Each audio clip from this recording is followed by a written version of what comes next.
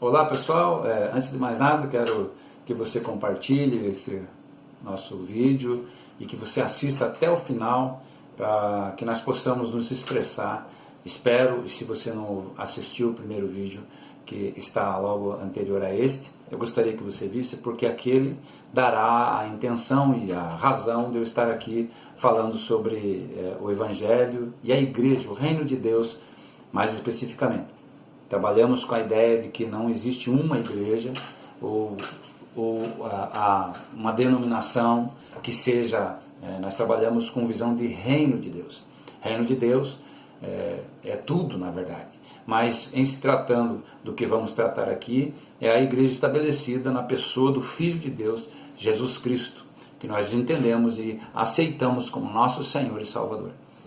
Mas o que mais vamos tratar seria uma coisa mais, uma coisa mais específica para lideranças ou para interessados, né, digamos assim, na situação que a igreja hoje se encontra no nosso país.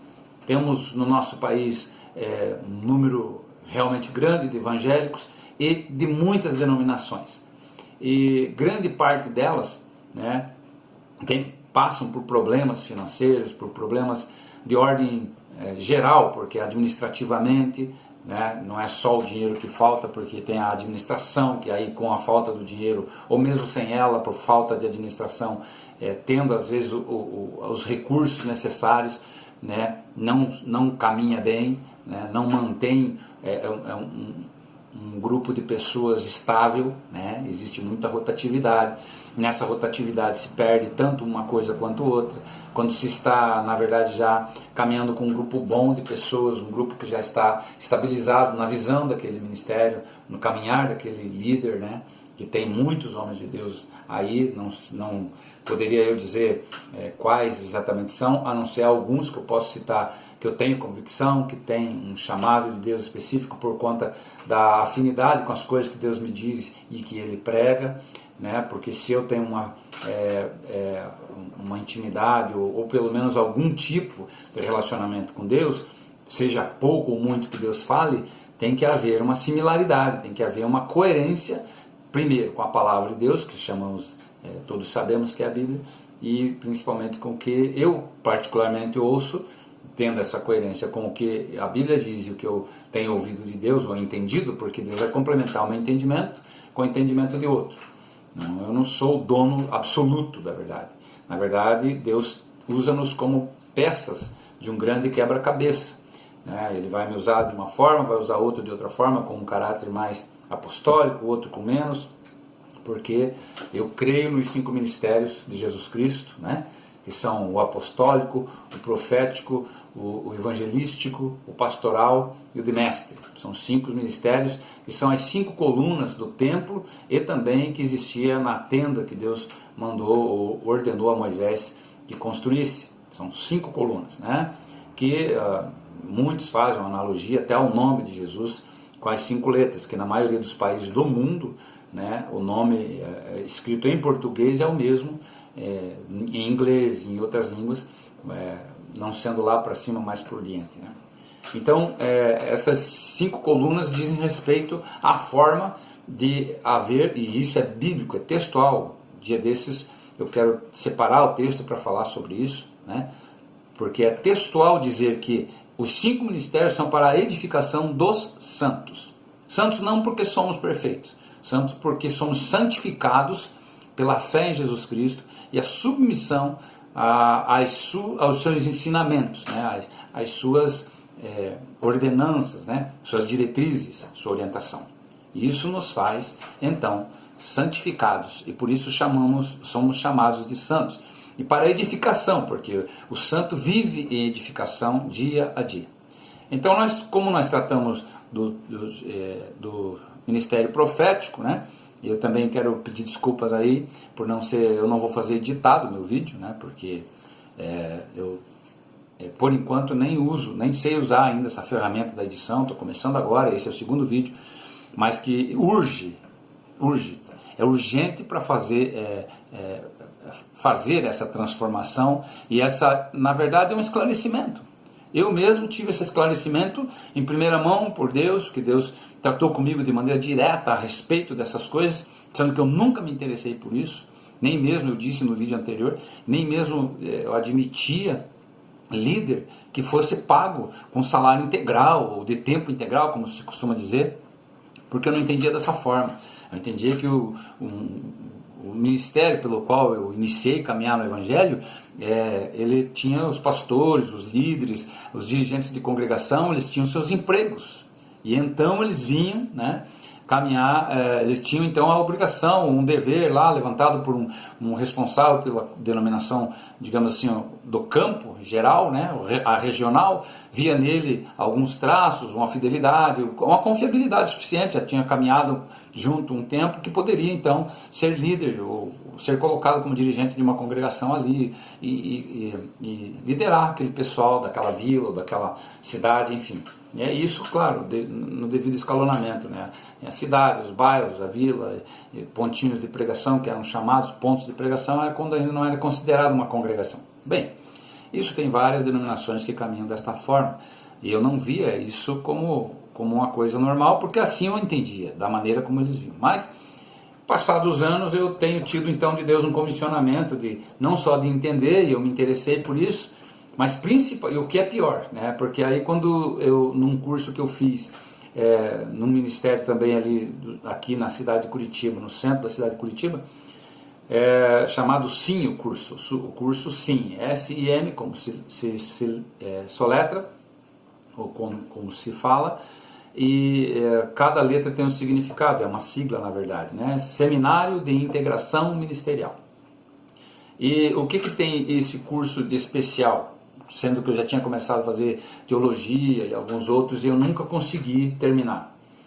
Nunca consegui dar prosseguimento muito além, digamos, da metade do curso. O curso era 3 anos, eu chegava ali um ano e pouco, porque as coisas não batiam conforme o meu entendimento na Bíblia. Não é que eu seja o dono da verdade, eu vou repetir. Só que existe uma coisa que você tem quando lê, que é o literal. Existe o espiritual e existe a interpretação humana, né, na Bíblia, mas do literal todo mundo tem que entender. Se você entende português, está lendo em português, a interpretação ela é única. E existiam coisas que nós nos enroscávamos ali, era no vocabulário, era na língua portuguesa, eu não admitia, e aí enroscava e tal. E outros eram doutrinários, né? Porque eu já tinha, mesmo eu sendo criado lá dentro, entendendo, tendo a minha cabeça formada dentro daquele segmento, já existia algo que me tirava daquele contexto, no sentido de entender como o reino de Deus, a obra do Senhor, ser abrangente. Eu não podia admitir que a nossa denominação era salva, as outras não. E aquilo, eu não conseguia ver isso. Tanto é que eu, ao visitar outros ministérios, eu via operações espirituais que eu via na minha e em outros lugares, com pessoas vestidas de maneira diferente daquilo que a minha caminhada, e nessa denominação havia sido dito que não era normal, que Deus não aprovava, que não podia ser usado por Deus. Mas biblicamente eu via várias coisas que diziam o contrário do que estava sendo pregado dentro daquele contexto que eu convivia com a palavra de Deus. Então eu comecei a ser um cara problemático no contexto que eu vivia. Problemático, eles gostavam de mim tocando e tal, porque eu era bom, mas porque precisavam do instrumentista e não tinha nenhum, então servia eu mesmo. E gostavam de ver eu tocando violão, baixo, coisa do tipo, mas ao chegar no falar, aí a gente desenroscava, aí saía faísca, e com o passar do tempo essa tensão ia crescendo, porque eu não arredava pé do que eu tinha entendido, do que eu não admitia, e eles também não. E chegava um ponto que aí a vitória era deles, porque o lugar era deles, eles comandavam. Chegava um ponto que eles batiam o pé e diziam, não, aqui quem manda sou eu e tal. Aí eu também já usava a Bíblia. Não, eu pensei que eu estava na casa de Deus, na casa do meu pai, e que eu também podia falar. Se aqui é você que manda, agora você declarou que é você que manda. Então, se eu soubesse disso, não tinha nem entrado. Então, são umas coisas assim porque daí é lógico, porque aí se o cara falou, não, aqui quem manda sou eu. Bom, aí já não é mais Deus. Não, porque eu sou o cara de Deus. Não é assim. Não se pode. É claro que você tem que respeitar a autoridade, mas a autoridade é dada a uma pessoa equilibrada. E que ao sair do contexto bíblico, Ele já perdeu essa autoridade. A autoridade está dentro da Constituição, usando novamente o contexto do nosso país. Saiu da Constituição brasileira, você não tem mais autoridade. A lei protege os que andam dentro da própria lei. Então foi isso que aconteceu. Eu comecei, as leis de Deus estão na Bíblia Sagrada. E quando ele não encontrava argumento para comprovar que eu estava errado, ele partia para o lado e dizia, não, aqui então você vai ter que sair porque eu estou te mandando. Aí no começo eu me sentia mal, porque eu pensava, bom, saí dali, agora eu saí da igreja do Senhor. Não, negativo. E foi nessas saídas e entradas e tal que Deus começou a me visitar fora. Geralmente quando eu estava fora. Aliás, teve ocasião do Senhor me visitar muito do contexto religioso e evangélico. Foi assim que eu conheci a minha atual esposa, porque eu já tive um casamento dentro daquele contexto que também não deu certo. Por quê? Por causa daquilo que Jesus falou lá para os discípulos quando perguntaram, mas por que mas Moisés deu o divórcio? Por que ele deu o divórcio? A palavra de Deus diz, o próprio Jesus disse, por dureza do vosso coração. Então, na dureza do coração não teve como continuar, um relacionamento que eu tive lá, enfim, aí eu fui conhecer em outro contexto, totalmente diferente, uma outra pessoa, paguei um preço caro, Então, estou falando aqui de coisas que já abrindo um pouco mais, mostrando que os meus próprios dogmas e sofismas criados em mim através daquilo que eu aprendi foram sendo quebrados. Os paradigmas de sobrevivência da própria vida em si. Então hoje eu estou aqui, sou uma pessoa que passei por um divórcio muito duro, muito pesado para mim, por conta do amor que eu tinha pela minha família, formada com aquela esposa, com aquelas crianças, e hoje, claro, já são adultos, mas passei por uma série de problemas, e eu glorifico a Deus, porque Deus foi me dando estrutura para vencer aquilo que era contra a minha própria ideia de resultados, por assim dizer. Eu jamais hoje estaria falando aqui por várias coisas. Eu sou, na verdade, uma negação. Eu disse no primeiro vídeo, eu sou um cidadão completamente morto das minhas próprias ideias e propósitos, não totalmente, não de todas as ideias, mas das ideias que até hoje eu defendia, grande parte, ou se não... eu sou exatamente a antítese daquilo que eu mesmo dizia que se era, ou seja, que nunca se podia divorciar, não é que se deva, mas não que nunca se pode divorciar. Existem situações que a Bíblia nos concede isso, e eu batia de frente que nunca, não, isso é do diabo, aquilo. Ninguém está dizendo que não é, por causa da dureza do coração. Então não é nem por causa do diabo, porque se é por causa da dureza do coração, não é a dureza do coração do diabo, é a dureza do coração do homem. E assim foi a minha vida. Então eu fui sendo derrubado naquelas coisas que eu aprendi desde a infância, desde a adolescência, porque eu comecei a caminhar dentro do evangelho com 12, 13 anos, ainda tive por assim, na minha infância, mas adolescência já, pré-adolescência. Então eu estou aqui hoje sendo a antítese disso, na questão do ministério do tempo integral, que é o que eu estou entendendo hoje, e o que eu estou assumindo hoje, sabe, com muita resistência de mim mesmo, mas tendo que dizer, irmãos, eu preciso da oferta, eu preciso daqueles que estão, e não daqueles que estão membrados em algum ministério, porque eu estou a serviço do reino de Deus, inclusive desses ministérios, até mesmo dos quais eu fui convidado a me retirar. Eu estou aqui colocando a minha vida como a serviço deles, em amor profético, não é numa palavra dura profética, como aliás eu já caminhei. Eu tinha uma resposta muito dura, aqueles que confrontavam comigo e tal, e não conseguia muito facilmente perdoar, enfim, era duro, irmãos. Mas hoje não, hoje a graça me alcançou e eu estou me encontrando hoje com a ousadia de vir falar o que eu estou vindo falar em público por conta de entender e de atender a Deus numa emergência que Ele tem, de que a gente cure a igreja na questão da relação com o profético.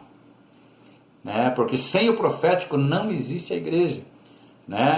Josafá falou ali em 2 Crônicas 20:20, crede em Deus e serás salvo, e nos profetas e serás bem-sucedido. Então existe essa relação do financeiro e administrativo de um modo geral, porque uma coisa não é sem a outra, de problemas nos ministérios, que eu falei no início, justamente por isso. É essa a nossa intenção, então. Está aqui a segunda parte, a segunda fatia daquilo que eu quero falar. Depois eu vou falar mais detalhadamente a respeito do profeta e seus significados, né, biblicamente falando. A palavra profeta, ela vem do grego, a palavra profeta, que quer dizer que é alguém que fala por outro. É um porta-voz. A única coisa que profeta é. Né, porque nós temos visto aí no meio evangélico pessoas disputando para serem profetas. Pessoas disputando, né, e se denominando, não, profeta aqui sou eu, ou eu sou um profeta de Deus, sendo que isso não é outra coisa senão exatamente a palavra, o que a palavra ministro quer dizer. Né, nesse conteúdo agora que nós estamos aí governamental, como eu disse, né, Bolsonaro chamando os caras para servir o povo. Ele não está chamando para outra coisa. Tem autoridade enquanto caminharem na lei. São autoridades sobre o povo, mas são pagos por eles, são sustentados por eles. Tem que ter a humildade de reconhecer isso. Eu tenho que trabalhar pelo povo. Assim como o próprio presidente. O presidente é uma pessoa de confiança do povo, eleito para isso, por essa confiança. Para que por essa confiança e dentro desse conteúdo de confiança, escolha pessoas que vão trabalhar pelo e para o povo. Esta é a única coisa que um presidente é. E é nesse aspecto que nós temos que entender, e isso está servindo muito para mim, de parâmetro comparativo para as coisas de Deus serem consertadas também, porque chegou o tempo do conserto geral no Brasil. Não é o conserto do Estado, não é o conserto do país, não é o conserto do governo e pronto, dos congressos lá, dos deputados e senadores, do Congresso como um todo. Não é conserto, porque se não consertar a igreja, não conserta o país. Isso que aconteceu nas eleições do Brasil já é um indício de certo conserto, pelo menos de clamor. O Brasil se uniu num clamor contra a opressão que estava contra a família, contra os princípios de Deus, contra a própria dignidade do ser humano, que inclusive estava sendo invertido os valores das palavras, principalmente da dignidade. A palavra dignidade está valendo nada. Como alguém que pudesse ir para a rua, né, fazer um protesto em cima de algo que não gostava, tirar sua roupa no meio da rua, evacuar em cima daquilo, filmado e dito, nós estamos lutando por dignidade. Isso é dignidade? Então, olha a inversão completa do significado das palavras, inclusive. Porque não estava caminhando nessa visão. E a igreja, sobretudo, sentiu muito isso, porque dignidade, por favor, o que é dignidade? Se não é exatamente o contrário. As pessoas invadirem espaços religiosos, igrejas, templos, e chegarem lá, se despirem lá dentro, fazerem aberrações lá dentro, o que a Bíblia condena sumariamente, e dentro de um lugar onde é regido pela Bíblia, ou seja, e dizendo que estavam lutando por direitos e dignidade. Então, claro que a igreja sentiu isso, pôs o joelho no chão, e hoje nós temos o resultado aí de um governo realmente digno assumindo. Então, por hoje eu creio que é isso. Quero fazer uma oração rápida no final desse conteúdo, e nós damos prosseguimento no nome de Jesus, porque eu creio que tem pessoas, porque Deus falou isso, se identificando com aquilo que o Senhor está me dizendo. E eu quero agradecer a atenção e pedir, vá lá, dê o seu like, faça o seu comentário na descrição, em nome de Jesus, e vamos caminhar em direção à cura da igreja, para que levante uma igreja sadia, perfeita nisso tudo. E tem aí o número da conta, eu vou deixar o número da conta na descrição, para o depósito, para que alguém que não esteja justamente com a visão já talvez contaminada por tudo que está acontecendo no meio religioso, deixou de ofertar, o dizimar, entregar aquilo que é do Senhor. Isso é de Deus e é para o sustento do reino de Deus. E é a única coisa que eu tenho convicção que nós vamos fazer de uma maneira transparente, inclusive, né? Vamos usar a internet para trazer todas as informações, onde está sendo investido, o que nós estamos fazendo. No começo eu tenho umas dívidas contraídas justamente por ter demorado muito a começar, como eu já disse no vídeo anterior, vou repetir. documentação do nosso ministério, eu não dei início na execução dele, e isso causou um débito muito alto para mim, porque passou de R$4.000, eu creio, porque estava quase uns meses atrás. E é isso, eu preciso disso para repor as coisas no lugar e aí nós começarmos mesmo, mas juntos, do zero. É isso que eu tenho colocado no meu coração, e isso vai acontecer no nome de Jesus. Senhor, eu quero te entregar este momento, agradecido a Ti por aqueles que o Senhor colocou para ouvirem e escutarem o que o Senhor tem para dizer através da minha vida. Eu sou, como disse Paulo, uma carta aberta, não tenho outra razão senão enaltecer o Teu nome e reestruturar a Tua igreja, para que em nome de Jesus se prepare como noiva para receber o noivo, que é o Senhor que vai voltar, esse em cujo nome eu oro e agradeço desde já, em nome do Senhor Jesus, amém.